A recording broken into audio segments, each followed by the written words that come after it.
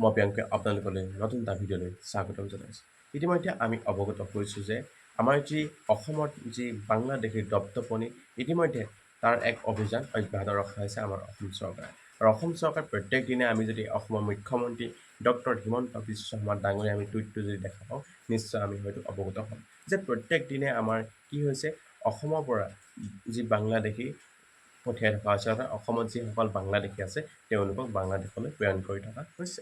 আৰু সেই সময়তে আমাৰ যি এজন বীৰ লাচিত সেনাৰ যি শৃংখলচলীয়া নেতৃত্বত আমাৰ এইবাৰ যোৰহাটত আজাদ চৌধুৰী নামৰ এজন ব্যক্তি যি আমাৰ মিউনিচিপালিটি যি অফিচৰ মাটি তেওঁ ঘৰ থকাৰ যি অভিযোগ হৈছে এই অভিযোগৰ বিৰুদ্ধে তেওঁ প্ৰতিবাদ সাব্যস্ত কৰিছে। আৰু পৰৱৰ্তী সময়ত আমি তেওঁৰ বিষয়ে বা তেওঁ বাংলাদেশী নে তেওঁৰ যিখিনি নথি-পত্ৰ দেখাইছে এইবিলাক কিমান সঁচা কিমান মিছা এইবিলাক নিশ্চয় পৰৱৰ্তী সময়ত আমি গম পাম। আহিছোঁ আজি মূল বিষয়টো।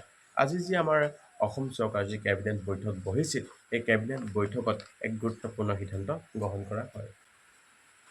এক গুৰুত্বপূৰ্ণ সিদ্ধান্তৰ মৰ্মে এইবাৰ যিসকল আমাৰ অসমৰ যিসকল খিলঞ্জীয়া লোক আছে, সেই লোকসকলে যিসকল বিশেষকৈ শালমৰা মানকাছাৰৰ, যিসকল ধুবুৰী, যিসকল নগাঁও, যিসকল মৰিগাঁও, যিসকল বৰপেটাৰ যিসকল খিলঞ্জীয়া অসমীয়া আছে, তেওঁলোকে আৰ্ম লাইচেঞ্চসমূহ লাভ কৰিবলৈ সক্ষম হ'ব। কাৰণ তাত সংখ্যালঘু যি আমাৰ অসমীয়া খিলঞ্জীয়া লোক আছে, সেইসকল নিৰাপত্তাহীনতাত ভুগিছে। গতিকে আমাৰ অসম চৰকাৰ যি কেবিনেটৰ সিদ্ধান্তৰ মৰ্মে এইবাৰ প্ৰত্যেকজন অসমীয়া খিলঞ্জীয়াই কি পাব? আৰ্ম লাইচেঞ্চ লাভ কৰিবলৈ সক্ষম হ'ব। এতিয়া যদি আমি লক্ষ্য কৰোঁ, যি আমাৰ নামনি অঞ্চলত যি আমি নগাঁৱকে হওক বা যিকোনো অঞ্চলত এইবিলাকত আমি হয়তো দেখা পাইছোঁ যে যি আমাৰ অসমীয়া খিলঞ্জীয়া ওপৰত বৰ্বৰ আক্ৰমণ হয়তো আমি চলি থকা আমি দেখা পাইছোঁ। যদি আমি কোনোৱে অকণমানি ছোৱালী এজনী টিউশ্যন কৰিবলৈ যোৱা অৱস্থাত তেওঁ ধৰ্ষণ কাৰ্য সংঘটিত কৰালৈকে আমি দেখা পাইছোঁ। লগতে আমাৰ যি সংখ্যালঘু যি খিলঞ্জীয়াসকলক তেওঁলোকে মাৰি হওক বা তেওঁলোকক অত্যাচাৰ কৰা হয়তো আমি দেখা পাইছোঁ। এনেধৰণৰ আমি যি অবৈধ বাংলাদেশী মিয়া মুছলমানসকলে কি হৈছে আমাৰ অসমীয়া খিলঞ্জীয়াৰ ওপৰত বৰ্বৰ আমি আক্ৰমণ কৰা হয়তো আমি পৰিলক্ষিত হৈছোঁ। এনে কথাবিলাক লক্ষ্য কৰি, অৰ্থাৎ আমাৰ যি সংখ্যালঘু আছে, যি খিলঞ্জীয়া আছে, তেওঁলোকৰ কথা চিন্তা কৰি আমাৰ যি অসম চৰকাৰে কি হৈছে এইবাৰ যি খিলঞ্জীয়াৰ বাবে বন্দুকৰ আৰ্ম লাইচেঞ্চ দিয়াৰ কথা ইতিমধ্যে অৱগত কৰিছে। অসম চৰকাৰে এটা গুৰুত্বপূৰ্ণ সিদ্ধান্ত লৈছে, তাৰ বাবে কি হৈছে অসমীয়া যি খিলঞ্জীয়া আছে তেওঁলোকে অলপ সকাহ পাব। এতিয়া ইয়াৰ মাজতে মই দুটামান কথা মোৰ নিজস্বভাৱে অৱগত কৰিব বিচাৰিম। ভিডিঅ'টো শেষলৈ চালে নিশ্চয় অৱগত হ'ব। আমি হয়তো দেখা পাইছোঁ যি আমাৰ অসম চৰকাৰখনে বিভিন্ন সময়ত বিভিন্ন পদক্ষেপসমূহ লৈ আছে। আৰু তেনে ক্ষেত্ৰত যি আমাৰ অবৈধ বাংলাদেশী যি মিয়া মুছলমানসকল আছে, তেওঁলোককো কি হৈছে আমাৰ অসমৰ হিমন্ত বিশ্ব শৰ্মা ডাঙৰীয়াৰ যি টুইটত হয়তো আমি অৱগত হৈ থাকোঁ যে আজি ইমান গৈছে, কাইলৈ ইমান পাইছে, তেনেধৰণে আমি হয়তো দেখা পাই আহিছোঁ যে বিভিন্ন ধৰণে বাংলাদেশী আমাৰ অসমত দপদপনি ৰাজ চলি আছিল। আৰু তেওঁলোকো এতিয়া কি হৈছে বিভিন্ন ধৰণৰ বাংলাদেশী আমাৰ বাংলাদেশলৈ প্ৰেৰণ কৰি থকা হৈছে। আৰু তেনে ক্ষেত্ৰত কি হৈছে আমাৰ সংখ্যালঘুসকল এক সংকীৰ্ণ হৈ পৰিছে। আমাৰ অসমত কি হৈছে নিৰাপত্তাহীনতাত ভুগিছে বুলি মই ক'ব বিচাৰোঁ। এনে ক্ষেত্ৰত যি আমাৰ গৃহ বিভাগ আছে, গৃহ বিভাগৰ এক দুৰ্বলতা প্ৰকাশ পাইছে। কাৰণ তেওঁলোকে যিখিনি কৰিব লাগে, অৰ্থাৎ তেওঁলোকে যিখিনি কৰণীয় এই কৰণীয়খিনি কোনোবাখিনি যে ম্লান পৰিছে, তেনে এক ভাবো মোৰ উদয় হৈছে।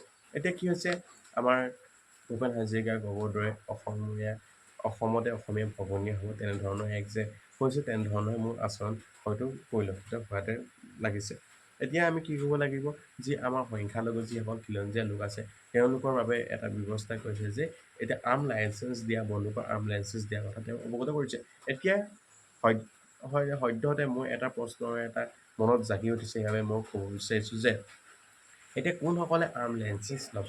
এতিয়া যিসকলে দুবেলা এমুঠি খাই জীয়াই আছে, সেইসকল খিলঞ্জীয়া অসমীয়াই কেনেদৰে এটা আৰ্ম লাইচেঞ্চ লৈ এটা বন্দুক তেওঁলোকে ক্ৰয় কৰিব পাৰিব? সেইটো এটা ডাঙৰ প্ৰশ্ন নিশ্চয় উত্থাপন হ'ব। কাৰণ এজন সাধাৰণ গঞা এজন ব্যক্তিয়ে নিজে দুবেলা দুমুঠি খাই তেওঁ জীয়াই আছে, তেনে ক্ষেত্ৰত তেওঁ নিজক নিৰাপত্তা দিবৰ বাবে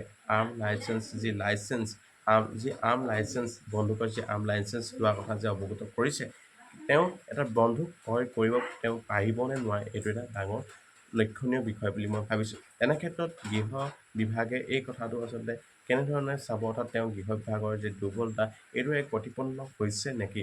কাৰণ আজি যিসকলে দুবেলা দুমুঠি তেওঁ খাই বৈ জীয়াই আছে তেওঁলোকৰ ক্ষেত্ৰত এটা লক্ষণীয় বিষয় হ'ব, কিন্তু যিসকলে পাৰিব, যিসকলৰ টকা পইচা আছে, তেওঁলোকে খিলঞ্জীয়া আছে, অসমীয়া খিলঞ্জীয়া আছে, তেওঁলোকে নিশ্চয় পাৰিব, তেওঁলোকে কিনিব পাৰিব। কিন্তু সাধাৰণ ৰাইজে এটা আমলাইঞ্চেছ লৈ কেন্দ্ৰই এটা বন্ধুক ক্ৰয় কৰিব, এইটোহে ডাঙৰ এটা প্ৰশ্নবোধক চিন হিচাপে ৰৈ যাব।